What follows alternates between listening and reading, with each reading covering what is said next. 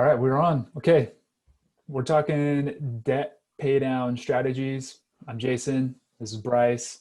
What up? We are not your financial gurus. We don't know what we're talking about. We are No. just talking about our experiences and going along the journey of how we are in the process of paying down our debt. And we're to make this a little more conversational. I mean, this is like a living room chat, not, Yep. I mean, you can see us in my office. Bryce is in his Just bedroom. two guys with a camera and a microphone. So let's talk about debt pay down strategies. And we were just talking about this, two kind of schools of thought regarding credit card debt for sure. So that you have so we're going to talk about these two strategies.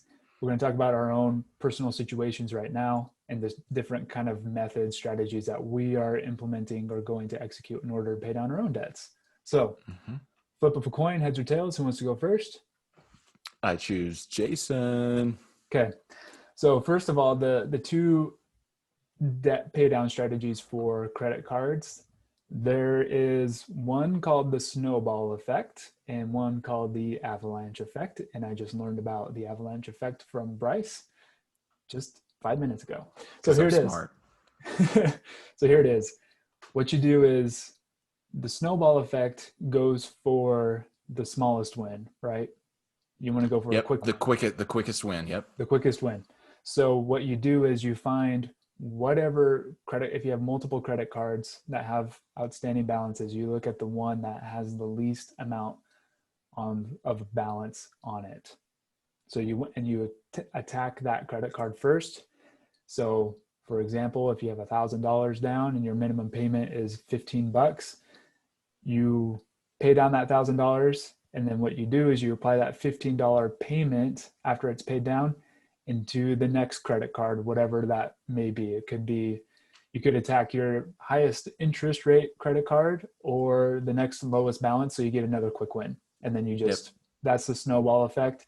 And you're making minimum payments on all these cards, but you are attacking the smallest one. Right. And then once that smallest one is gone, and this is, sorry, I'm butting in here. This is a Dave Ramsey snowball idea versus the traditional method, which is Avalanche, which we'll get into.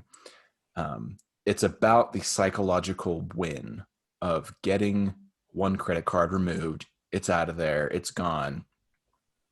Instead of being faced with 3 credit card bills, boom, once that's gone, it's like hey, maybe I can do this. Maybe I can take care of my debt. Hope. You know?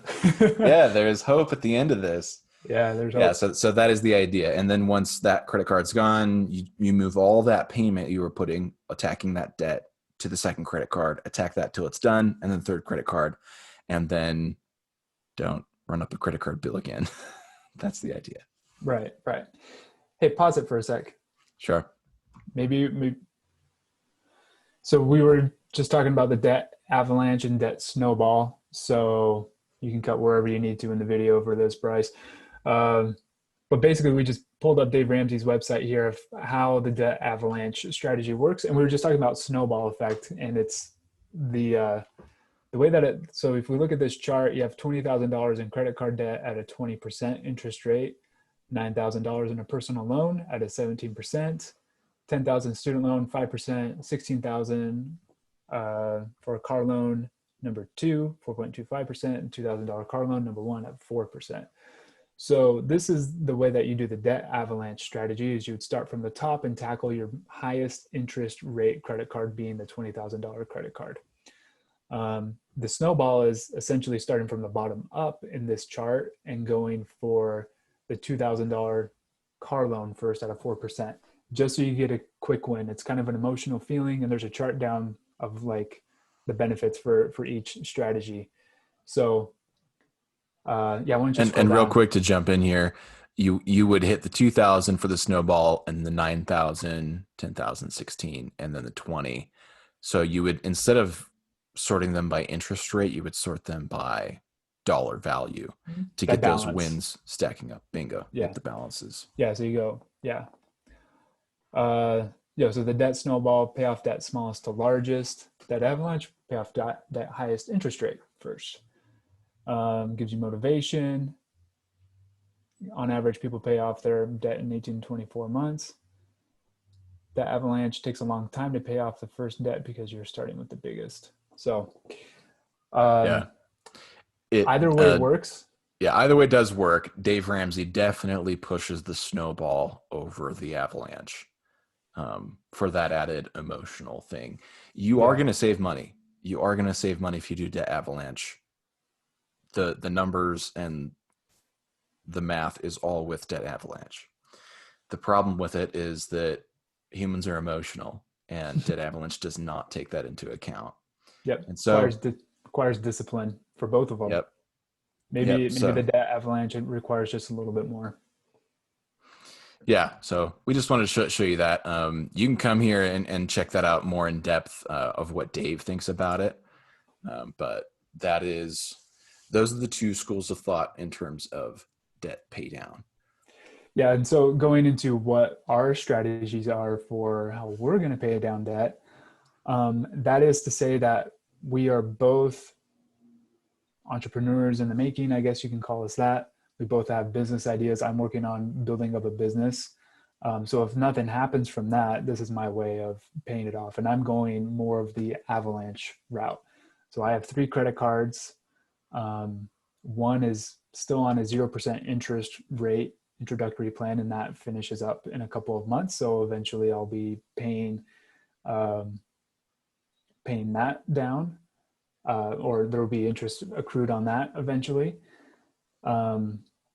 The 2 other ones have interest about 17% on both of them. And the way that I'm doing it, it's kind of a different strategy. It's the same strategy, just the way that I'm consolidating them. I have 3 payments right now, and I don't like that.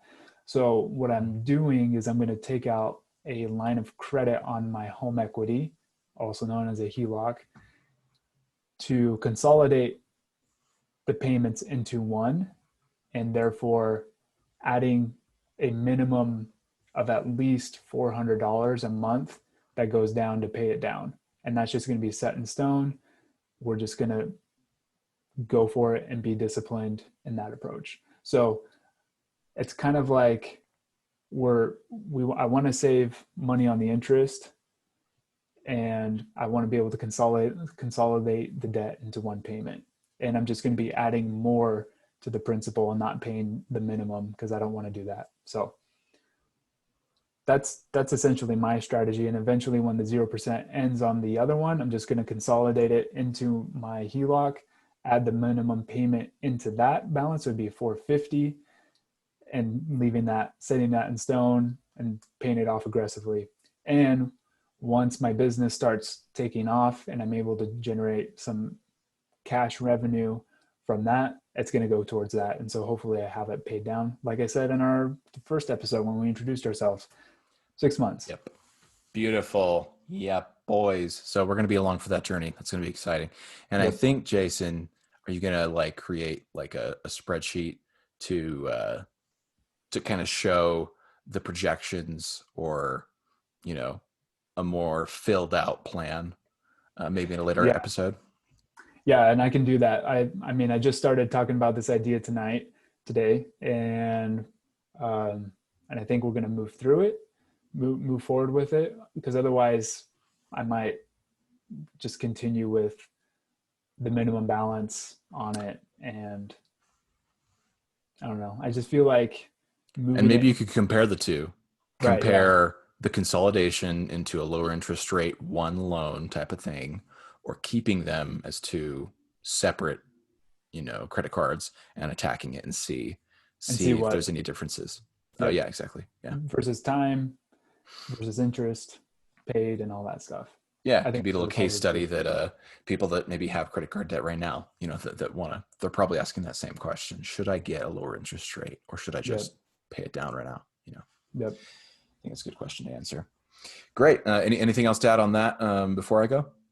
Nope, I think that's it. I mean, the thing is, with any debt strategy, you just got to pick one and stick with it. Nothing like switching. Yeah. Pick a strategy, stick with it, be disciplined about it. So nice. Go for it, Bryce. Advice. Okay. So, as I mentioned in the first episode, my goal was to pay down my consumer debt in 12 months. Currently, it's sitting at $60,000 of consumer debt. I know, it's crazy. Some of it is, I will say, a business investment that I neglected to pay off, and somehow, the cash is spent somehow. So that's just bad on my part, and I'm grateful for the opportunity to learn from this because, um, as I mentioned in episode 2, I when I started working for myself, and I do have several businesses that I have and that are working and generating cash flow. One being an Airbnb, a duplex, and a cryptocurrency business.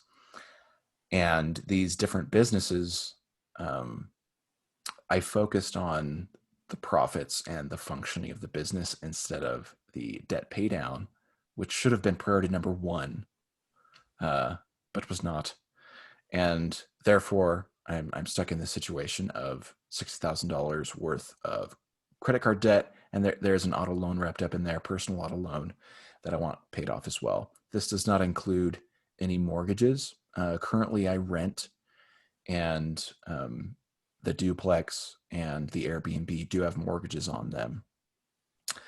But based on and this is probably a conversation for a later episode, but I would argue that those mortgages, if I'm not living in them, then potentially there are investments and business debt, which is working to get paid off by somebody else. So potentially, Jason, can we count that as a potential good debt? Yeah, if somebody else is paying for it, That's the I rule, would say isn't that's it? a good, Somebody yeah. else has to pay for it. It's good debt. Yeah, yep. That's Or if actually not a bad rule. yeah, I think if somebody else is paying for it, then it's probably good debt. but But let's it's the flip. I'm the one collecting the interest right. on the payment, you know, on it, and I get to pay down. I get to pay down my properties and have stuff left over. The idea is to pay down once all consumer debt is gone. Just pay down the mortgages and be done with those as well, so that I get more Yep. profit scraped off the top. But go back to the consumer debt. Kind of went Yeah. on a little.